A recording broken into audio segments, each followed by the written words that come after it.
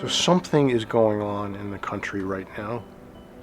I don't know what it is exactly. I don't think anybody does. This is history happening in real time.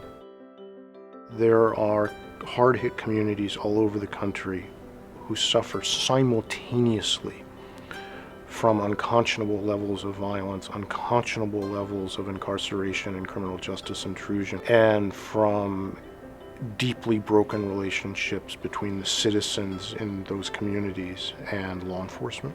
And the fact is, the stats aside, the numbers aside, the social science aside, the criminology aside, this is not okay. And that's what the National Network is about. Violence arguably is one of the most important problems in our society, and yet we had no forums before to meet, all of us as practitioners. Now we have a place where we can consistently improve and spread the field. We've got plenty of organizations that do research, and we've got organizations that put forth model policies, but I don't know any place that's a living, breathing, innovative, sharing network like that. Really, there's no patent here on saving lives. That's what we're talking about here. We're talking about saving lives. If someone in High Point, North Carolina, or Providence, Rhode Island, or Boston, Massachusetts has something that we can extract for Chicago, and vice versa, if there's anything that we could do to help Chattanooga, Tennessee, or South Bend, Indiana, we're all for it. So everybody who does this work adds to the portfolio. Everybody who does this work makes it better. What our partners do out there amazes us pretty much literally every day, and we learn from them and help other people learn from them. So the National Network was created to provide opportunities for those deeper lessons in organizational transformation to be learned and replicated nationally. It's not just how do you run a call-in. It's not just what does focused deterrence mean. It's not even just how do police and prosecutors and community groups work together. These are deep lessons in how we do our work. I was having a conversation with myself for a long time that went, what if criminal justice had a Hippocratic oath like doctors do? And it really begins at the same place that doctors begin. Doctors are all taught first to do no harm. We're increasingly aware that the same sort of thing is true in work around crime, that we can bring crime numbers down in a neighborhood by occupying it and locking all the men up. But when you do that, you lose the neighborhood and you damage that neighborhood for generations. The second is strengthen the capacity of communities to drive their own crime prevention. In the call-ins, the National Network has used for 20 years now the most electrifying figures saying to the young men, put your guns down, are always community people. When the police department says we are not going to tolerate that anymore, here's what's really important. Who is we? Is we just the police department, or is we the community, the people who will speak for the community? That's when that we gets to be capitalized, and that's powerful. The community has a voice, and that voice is really a moral voice. Police departments can say selling drugs or prostitution or hurting people and sticking guns in people's faces, they can say that's against the law. And it is.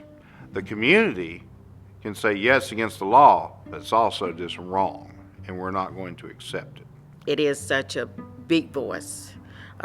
We're not the village raising the child, we're the whole city taking care of the whole city. People are not always going to do the right thing. There's a reason we have police in the legal system. And so the next step is we want the law to work because the community sees it as legitimate. It's the perception of the public that the law is being exercised fairly in their own best interest, that it's not being motivated by prejudice or abuse or malice, and that even if you disagree with what's going on, you have a chance to speak your piece. People want to be heard. We don't just want you at our door when you just heard a gunshot. We want you there to understand our community needs as well. We're constantly seeking to improve that system of policing so that we're not just effective in dealing and reducing crime, but we're effective at the same time in enhancing our reputations and our relationships with our communities. We want to act through deterrence rather than actual enforcement. You can deter first and arrest last and have a bigger impact on violence and put fewer people in jail. We understand that we can't just arrest our way out of the problem. We need to find collaborative ways with our colleagues and the various other agencies that involve district attorney, judges, probation, parole, community activist groups, ministers. How do we find alternative ways to stop this violence? We want to use as little formal state authority as we can, and we now know that light applications of authority applied in the right way can actually work better than extreme applications of authority done poorly. You know, we're treating all these folks that live in these neighborhoods the same way when we really need to be focused on a very small number. And therein lies the issue that the community has with police. The community knows who the criminals are, and they want us to address it. They don't want us to use the same tactics on everybody. It's not just about arresting people. It's arresting the right people at the right place at the right time for the right reasons. And I think it brings us a lot of legitimacy.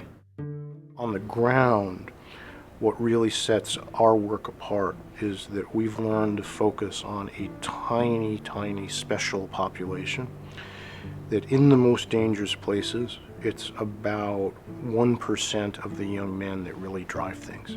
Essentially, everybody else in the community is not part of the problem. For the very small number of people who drive the most serious crime, we want them to know that law enforcement, their community members, the mayor, everybody wants them to succeed. So the sort of last and overarching principle is anybody who wants help should get it. It's not only offering help and support, it's offering a different way of thinking. If you want me to change, you have to understand that I don't know how. That's the thing I learned. They want change, they don't know how. It's easy to say, stop what you're doing. Okay, they still have to eat. They still want to be warm in the winter and cool in the summer, and they have to pay the utility bill just like the rest of us. These guys are not only being confronted with the law, they're being confronted with the opportunity to change as well. And that's what National Network has done. It is a network of people saving these lives and then transforming them into people who save others. We began looking honestly at the body count, at the most serious violence on the ground. There's this moment in the mid-90s when that crystallized in a very particular way around homicide prevention in Boston, and it turned out to work better than we ever dreamed possible. Homicide across the city went down by 50%. That really showed that you could do very serious violence prevention work in a very new way. So we started to think about whether the same basic approach might work on the street drug markets. The first time it ever actually happened was in 2004 in High Point, North Carolina. West End, it had been a drug market for a couple of decades. To look at all the traffic that was going on, the prostitutes walking around, and then the day after the notification, all that's gone. But it's moved on to other forms of really serious violence like domestic violence, to other substantive crime problems like robbery and larceny, system reform in probation and prisons. You'll see the gang audits now as an order in department policy. You'll see custom notifications on a routine basis and call-ins, targeted gangs. It's becoming institutionalized in the Chicago Police Department. And I think that these are strategies that are leading to those metrics all moving in the same direction at the same time. We're reducing crime and violence. We're reducing complaints against our officers. We're doing it by making less arrests. And at the same time, we're increasing our clearance rates. We've had several call-ins and then several enforcement actions in our Brooklyn North, Brooklyn South area. Two of the areas of our city that have very high levels of violence. It's a proven system in other cities, and we intend to make it work here in New York. It's become quite clear as policing attempts to move forward into the 21st century that we have to be informed by our history. And the history of policing for many centuries in this country was not a pretty one as it relates to particularly our minority communities and particularly our black communities. Segregation was legal in this country up until I believe it was 1963. And who is it who was enforcing those racist government policies? It was the most visible arm of government, which is the police department. And as a result, there's a narrative of distrust that's well-founded in the African American community in particular, and in the community in general. The history of oppression of African Americans is very recent in the African American's mind. And so it's important for those in power, politicians, police, DA, to talk directly to the community so we can each understand each other's perspective so that we can each dispel the myths about the other. So we now have 2 decades worth of experimentation, innovation, lessons learned, and a very strong body of research. We actually have some reasons to think that we can do things differently on the ground, led by the national network. And the sites, the 50 sites around the country that we've worked in that have shown us what's possible. And now the 6 sites under the national initiative. So we have some leaders that are doing the hard work. This is not about ideology, about rhetoric, even about research. It's about doing the work.